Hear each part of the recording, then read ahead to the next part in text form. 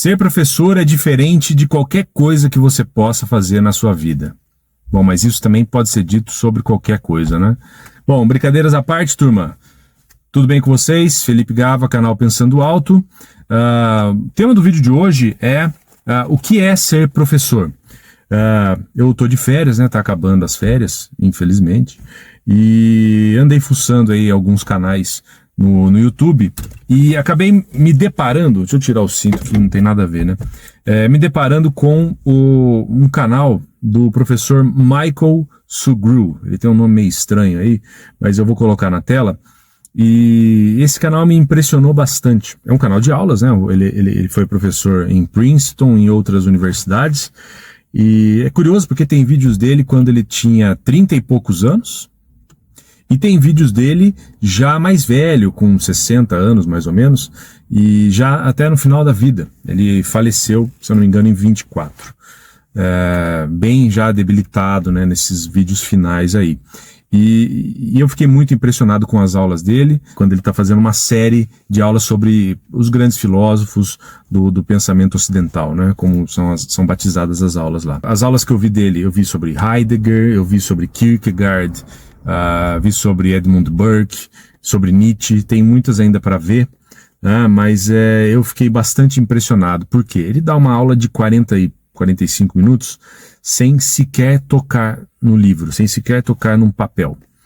O único que ele tenta consultar, que ele precisa consultar alguma coisa, é sobre Heidegger, sobre Bergson, mas isso é porque o Bergson é impossível de entender.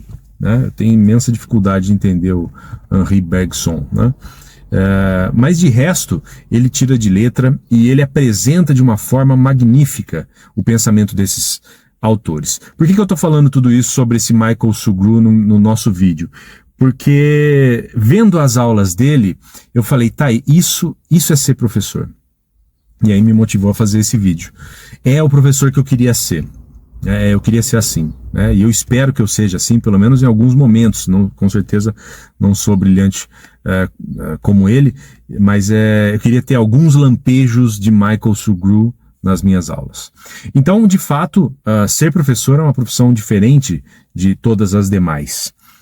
E, claro, nem vou entrar aqui na questão da desvalorização, da rotina pesada que nós temos, do peso psicológico de dar aulas, né? O imenso número de professores aí passando por burnout, crise de ansiedade, depressão, um monte querendo deixar a profissão, né? Mas apesar de tudo isso, todos nós, eu acredito que você também, nós temos algum professor que nos marcou, pelo menos um. É impossível que você tenha passado por todo o sistema escolar e não tenha um professor que você tenha admiração, que você goste, que você tenha aprendido alguma coisa de legal. O Michael Oakeshott, que é um pensador que eu tenho bastante afeição, não concordo com tudo, mas tenho bastante afeição, foi o tema do meu doutorado, ele dizia que quando um professor e um aluno entram na sala de aula, o destino de ambos está em jogo. Pode parecer um pouco exagerada essa frase, mas nem é muito típica de Michael Oakeshott. Ele geralmente tinha um tom mais sereno nas suas declarações, mas eu acho que faz algum sentido. E por quê? Vamos traduzir essa frase. Porque a profissão de professor não é algo impessoal. É diferente de vários outros tipos de trabalho, onde você faz um contrato, alguém oferece um serviço, fim do serviço, acabou, cada um volta para o seu canto. A presença do professor, ela é fundamental, ela faz toda a diferença. Não é uma profissão meramente técnica, está longe de ser impessoal e ela depende do outro lado. Ela depende do outro lado e depende do diálogo que você consegue criar com esse outro lado. Então o professor ele tem que, além de convidar o aluno ao diálogo, né, e o aluno tem lá as obrigações dele também, mas o professor ele tem que ter esse papel de convite ao diálogo, ele precisa da resposta do outro lado também. E eu acho que isso é que faz a profissão ser um pouco misteriosa até. Porque não é só o exercício individual, mas depende do outro. É um ato de generosidade, e aqui eu falo principalmente dos professores que lidam com alunos que já têm algum grau de maturidade, certo?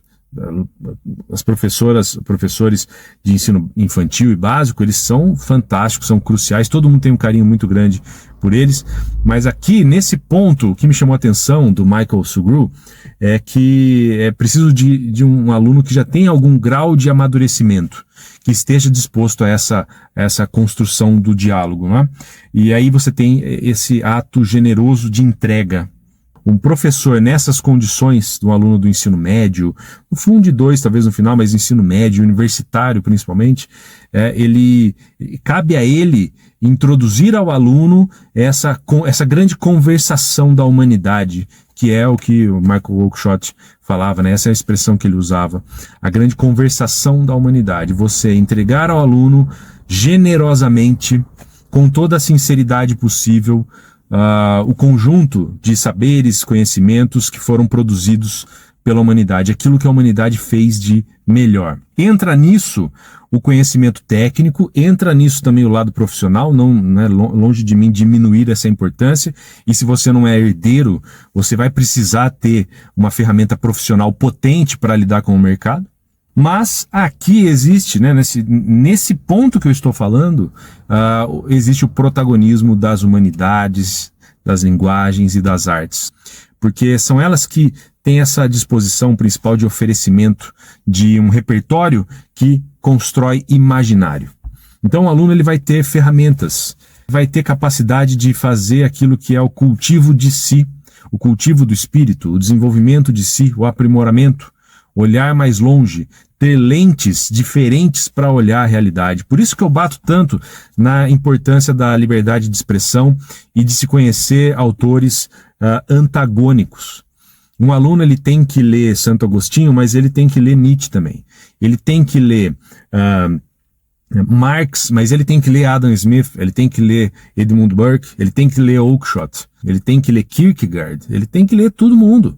Por isso que a gente não pode ser necessariamente seletivo nesse ponto. É preciso que haja essa generosidade, essa entrega.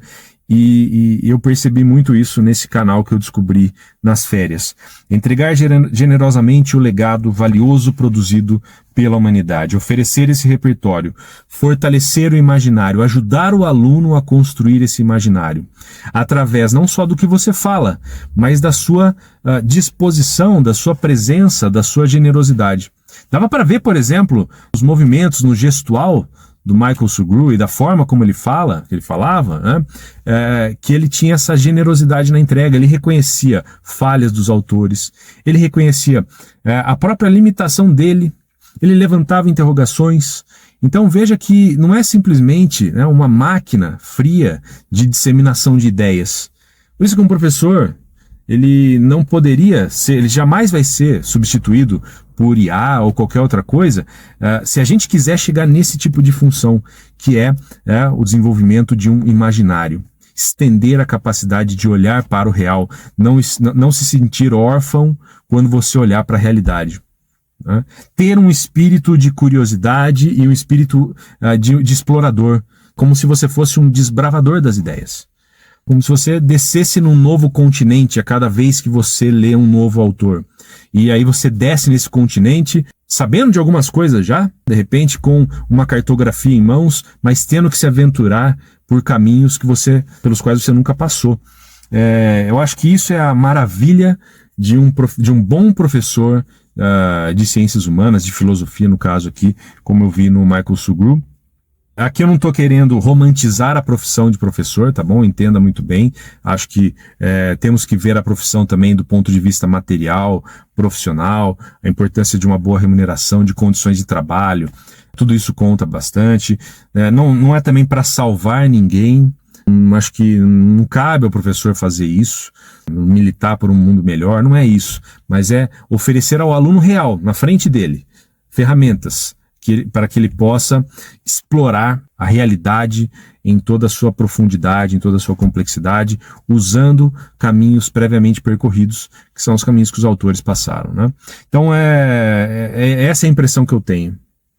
Eu tive alguns professores que me tocaram profundamente, não só pelo que falavam, mas pela disposição, pelo gesto, pela forma como se aproximavam de mim, de forma respeitosa, convidativa e me chamando a participar dessa grande conversação da humanidade.